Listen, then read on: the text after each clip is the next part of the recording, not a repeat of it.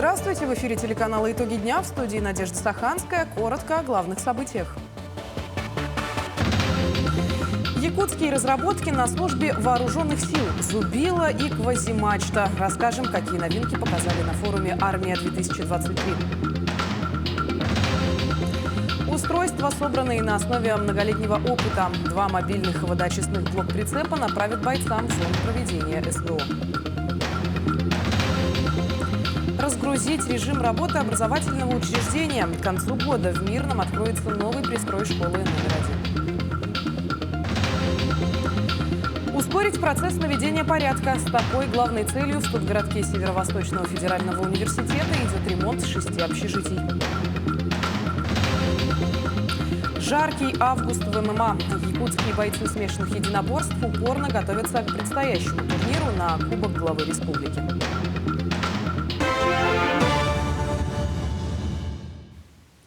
Якутские разработки на службе вооруженных сил. В рамках международного военно-технического форума «Армия-2023», который проходит в подмосковных Кубинках, якутские компании представили свои новинки.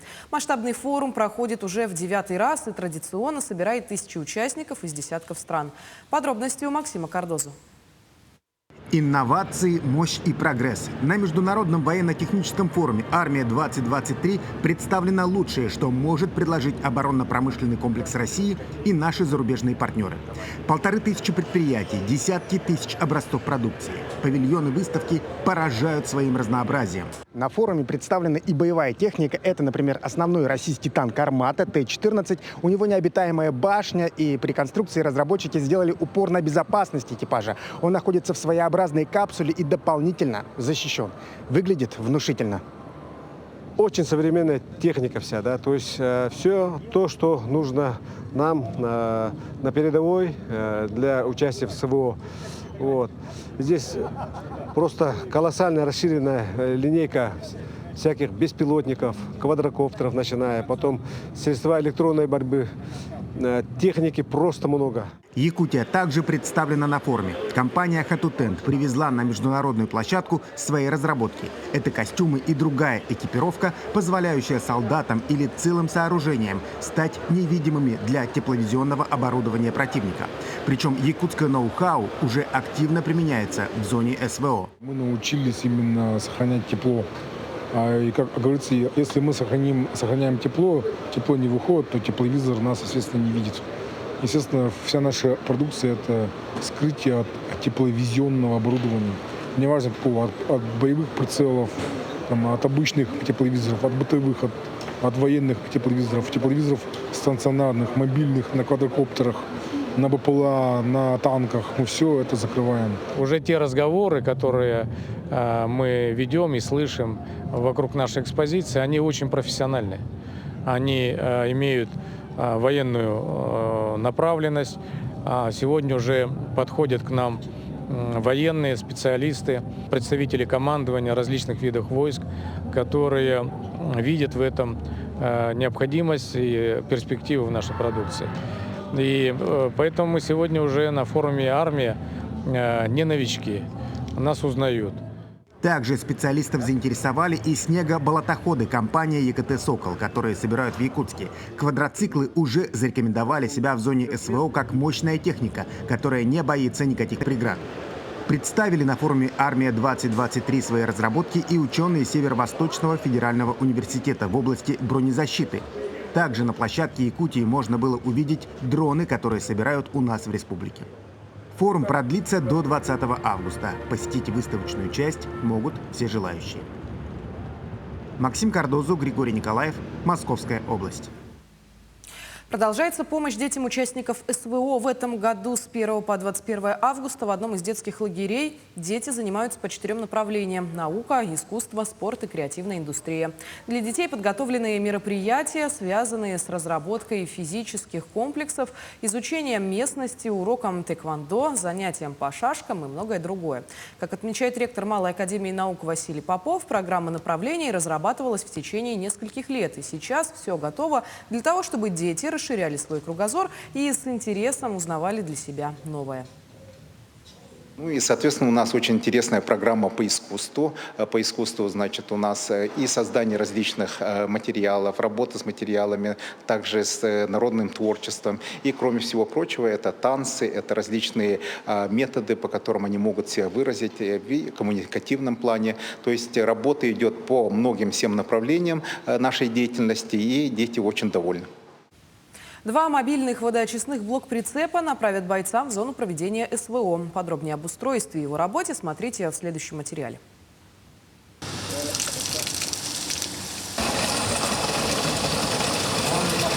Резиденты технопарка Якутии «Сахафильтр» собрали 2 мобильных водоочистных блок-прицепа. Вода перед употреблением проходит 7-ступенчатую очистку, соответствующую всем требованиям Санпина. Мощность водоочистительных емкостей составляет 250 литров в час. Это 6 кубов чистой питьевой воды в день. Вода попадает в емкость исходной воды. Далее идет 7-ступенчатая фильтрация, то есть грубый фильтр, фильтр обезжелезывания, сорбционный фильтр картриджного типа, 5-микронный. Далее идет на мембрану. С мембраны идет уже на картридж, но угольного, то есть прессованный уголь. Потом ультрафиолет и начищенную воду. Ротаметр фильтрата показывает, сколько воды на данный момент идет. Ротаметр концентрата, сколько воды идет в концентрированном виде. То есть 1 к 3 или же 1 к 4, скажем так, можно. Тут у нас есть под установку, давление показывает и выход из мембранного блока. ТДС-монитор показывает еще взвешенные вещества в воде, которые идут. Можно прям смотреть. Мобильный водоочистной блок-прицеп собран на базе УАЗ-машины. На самом блоке есть дизель-генератор, который обеспечивает устройству бесперебойную работу при любых погодных и климатических условиях.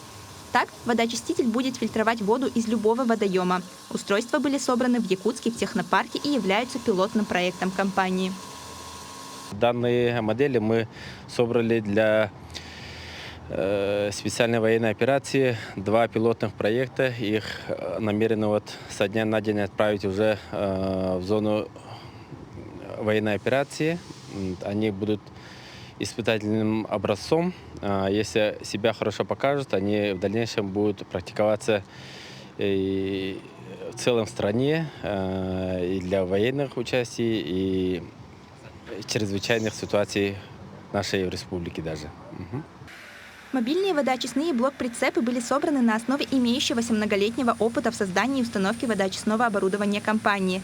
Устройства уже в ближайшие дни будут направлены в зону проведения специальной военной операции. Наталья Николаева, Григорий Хлопков, Якутск. В ближайшие пару дней осадки по центральным и западным районам будут прекращаться, и только этой ночью ожидаются умеренные дожди на востоке республики. Об этом рассказала начальник гидрометцентра Татьяна Маршалик. По ее словам, на западе территории, а далее и в центральных районах Якутии температура воздуха постепенно будет повышаться до плюс 27 градусов. Также она отметила, что пожаров стало гораздо меньше, что положительно сказывается на задымленности юго-востока республики. Дым с территории вообще никуда особо не ушел. Если, значит, наблюдали вчера и сегодня, но уже с улучшением по Вилюйской группе районов, дым, который был заброшен как раз с пожаров с Хабаровского края и Сусьмайского района, но он постепенно рассеивается, вместе с облачностью закручивается в центр этого циклона и постепенно будет уходить на восток. В Аймиконском районе произошло разрушение мостового перехода через реку Куйдусун. Организован временный проезд через реку водным транспортом. Таким способом через реку могут переправиться грузовые автомобили и население. Зимой для проезда планируется установка на данном участке автодороги Аймикон разборного автодорожного моста. Отмечается, что принято решение об устройстве через Куйдусун мостового перехода. Контракт находится на стадии подписания. Также в министерстве рассказали, что зимой планируется замена на автодорожные разборные мосты аварийных мостовых переходов через реки Сунтар и Агаякан. Ну а в Ленске идет газификация частного сектора. Востребована и программа соцгазификации. Но население не торопится подвести газ в свои дома. Представители районной администрации проводят встречи с жителями, во время которых и разъясняют о газоснабжении. Наша съемочная группа приняла участие в одной из встреч. Сегодня газ подрядчики подводят к нескольким домам по улице Набережная. Ведется демонтаж системы водоснабжения, производится укладка газовых сетей. В наши работы входят укладка газопровода, опрессовка, все испытательные работы, все и сдаем Сахатранснефтегазу. Татьяна Слонько в прошлом году подала заявку на подключение к газовым сетям. Приобрела необходимое оборудование, но подключить так и не успела. Надеется, что в этом году газ все-таки будет у нее в доме. Про действие программы социальной газификации женщина узнала на встрече с представителями районной администрации. Сказала, что обязательно станет ее участницей. Будем дальше действовать, чтобы нам дали субсидию для газификации. Потому что мы пенсионеры, нам как бы это будет в подмогу.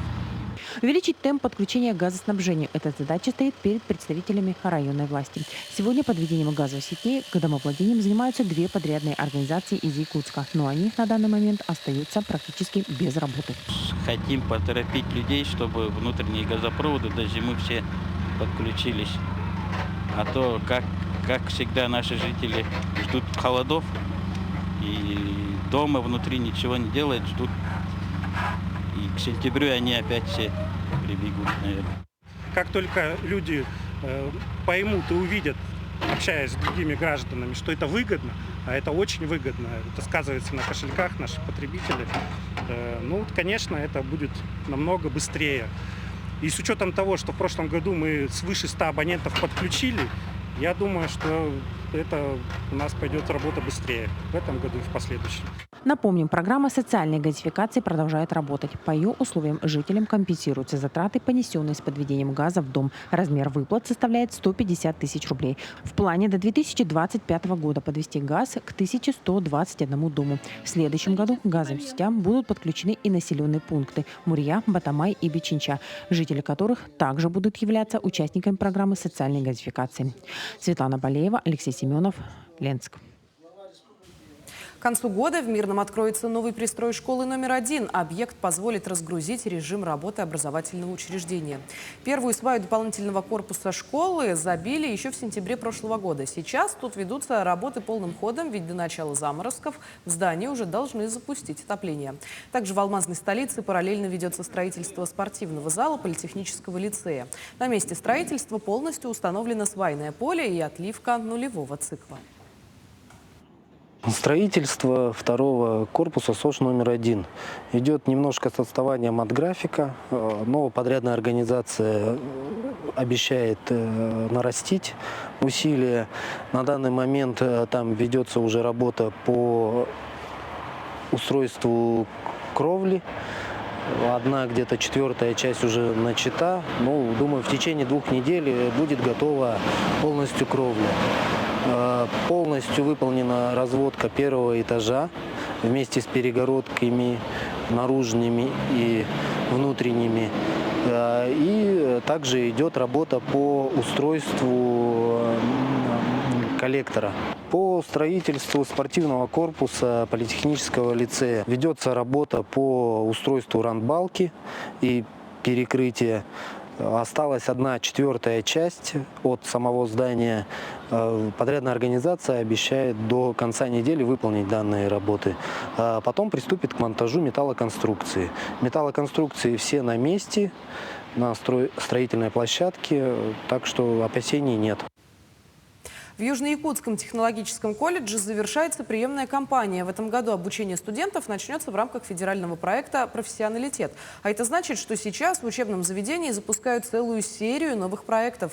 Подробности в сюжете Ирины Ждановой. Новый учебный год в колледже начинается с важного события. 1 сентября стартует федеральный проект «Профессионалитет».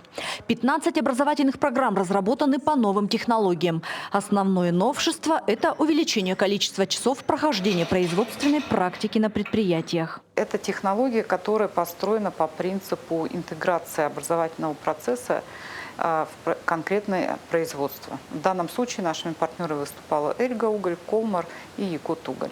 По этим направлениям, связанным с угледобывающей отраслью, а также энергетика, будет осуществляться обучение по новой технологии с применением новых образовательных программ. В Всего в новом учебном году колледж примет 600 студентов по 19 направлениям. Это горнодобывающая отрасль, энергетика, информационная технология, транспорт, строительство, металлообработка. Кроме нерюнгринцев, каждый год приезжают обучаться жители из многих других районов республики. Самым большим спросом у ребят у нас всегда пользуются это информационные технологии. И в этом году новое направление, которое у нас есть, это маркшейдерское дело. Там достаточно большое количество заявлений, поданных от абитуриентов с разных улусов, не только с Нерюнгринского района. И также обогащение полезных ископаемых, так как это одно из направлений, которое требуется для наших городообразующих предприятий. В рамках подготовки к старту проекта Южно-Якутский технологический колледж получил федеральный грант. Формируется 13 новых площадок. Это 5 лабораторий, 6 производственных мастерских и 2 полигона. Все силы и средства направлены на обеспечение создания условий для получения качественного образования в рамках проекта «Профессионалитет». Ирина Жданова, Вадим Барашков, Нерюнгри. А в студенческом городке СВФУ продолжаются масштабные ремонтные работы общежитий. В этом году в обновленное общежитие должны заселиться студенты, а в следующем еще и участники международных спортивных игр «Дети Азии». Сейчас комиссия проверяет помещения. Подробности далее. Меньше месяца осталось до нового учебного года. Чтобы студенты могли заселиться в обновленные и отремонтированные общежития, в студгородке города Якутска полным ходом идет ремонт 6 зданий. Как отметил директор административно-хозяйственного студгородка СВФУ Степан Павлов, подрядчики идут с опережением графика. В этих 6 объектах размещения у нас ведутся ремонтные работы. Это в основном отделочная работа, это замена напольного покрытия. Частично была замена именно части санузлов. Дополнительно в 66-м корпусе у нас замена оконных блоков. Сейчас у нас это ремонт, окна поменяли, и стены покрасили. Еще у нас это шкафы будут ремонтировать. Ну, и сантехника, смеситель будет поменять. И электрикам тоже лампы, розетка будут. Пожарные сигнализации, видеокамеры, все работают. По коридорам есть у нас. Расширенная комиссия по заселению студентов состоится 21 августа. Днем позже выйдет первый приказ. В этом году будут заселены 6 тысяч студентов, из них 1300 – это первокурсники. При заселении в общежитие, при приеме документов, согласно нашему положению, конечно же, без очереди, в первую очередь имеется в виду, заселяются студенты-сироты, оставшиеся без попечения родителей, инвалиды первой и второй группы с детства, ветераны боевых действий, члены семьи участников специальной военной операции. Потом идут, согласно своим социальным категориям, многодетная, малоимущая семья с одним родителем и так далее, идет градация. В следующем году планируют заселить участников международных спортивных игр «Дети Азии» в общежитии Северо-Восточного федерального университета. Ожидается чуть больше 3000 участников. Алина Ариносова, Владимир Павлов, Якутск. Между тем, до нового учебного года остается всего 2 недели. Многие родители задаются вопросом, как собрать ребенка в школу или детский сад без излишней нагрузки для семейного бюджета. На выручку приходит фикс-прайс. В магазинах сети можно приобрести канцелярские принадлежности по очень доступным ценам. Продолжит тему моя коллега Марфирина Алексеева. Набор для нового учебного года довольно стандартный. Ручки, карандаши, пенал, ластики, линейки, фломастеры и другие канцелярские принадлежности. Все это лучше приобрести с запасом. Елена Каленных – многодетная мать. Сборы в школу в ее семье обычно занятие хлопотное и затратное, но не в этот раз.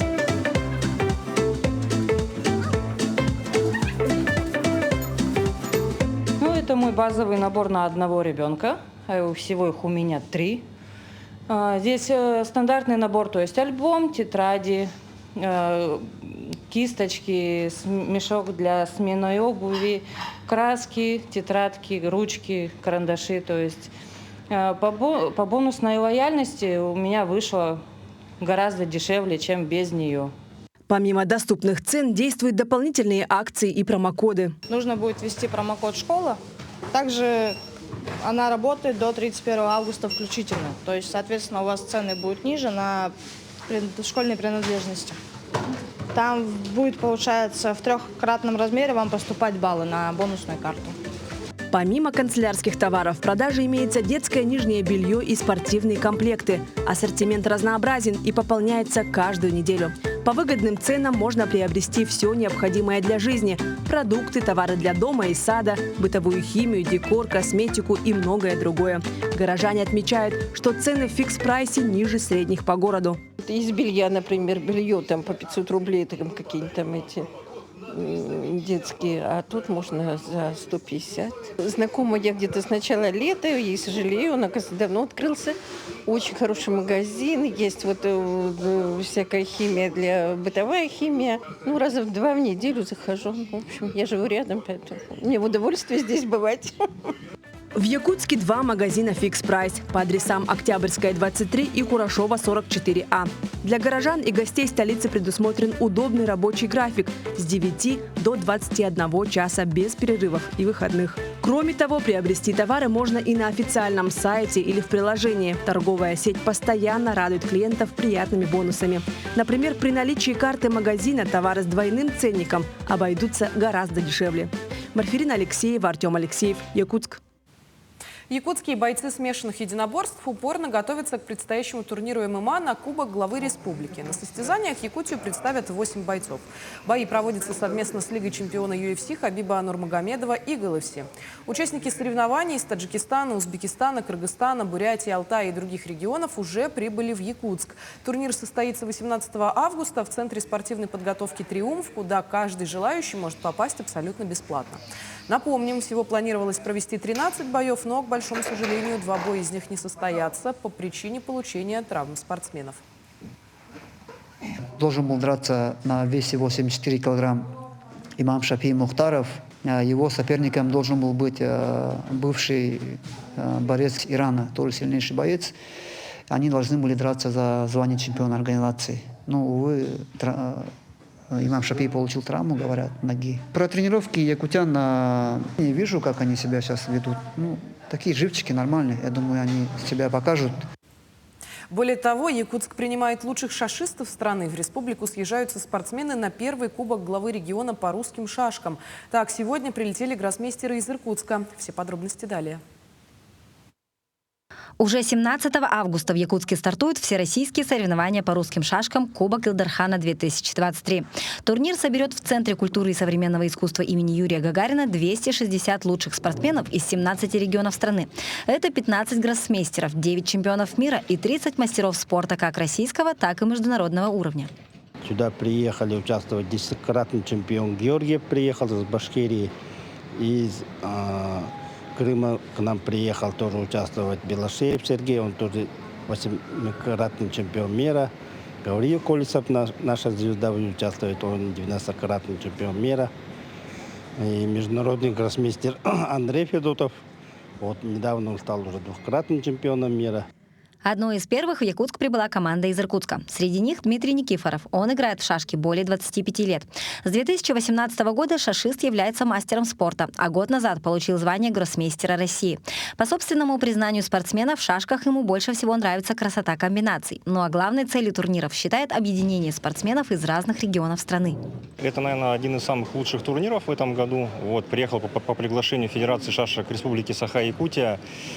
Ожидания, ну, приехал побороться, как бы, да, но состав очень сильный, поэтому победит как бы сильнейший, вот, тут загадывать очень сложно. Вот, но приехал встретиться прежде всего, ну, с друзьями, то есть поучаствовать в хорошем турнире, ну, и как бы, ну, чтобы способствовало дальнейшему развитию шашек в Республике Саха-Якутия. Такой турнир проводится в Якутске впервые. Общий призовой фонд Кубка составил 1 миллион рублей. Уже 20 августа победитель получит не только приз в 350 тысяч рублей и мантию победителя, но и корону из серебра, инкрустированную настоящим якутским алмазом. Мария Кардашевская, Григорий Хлопков, Якутск. Глава республики расскажет о деятельности алмаздобывающей компании «Алроса» в передаче «Якутия вперед» 16 августа. Программа на телеканале «Якутия-24» начнется в 21:05 по якутскому времени. Глава региона расскажет о финансовых результатах компании за первое полугодие 2023-го, запуске проекта «Мир глубокий», а также инициативах «Алросы», поддержанных на федеральном уровне. Очень большую работу в реализации. К этому часу это все новости. Наши корреспонденты продолжают следить за развитием событий. До встречи в эфире.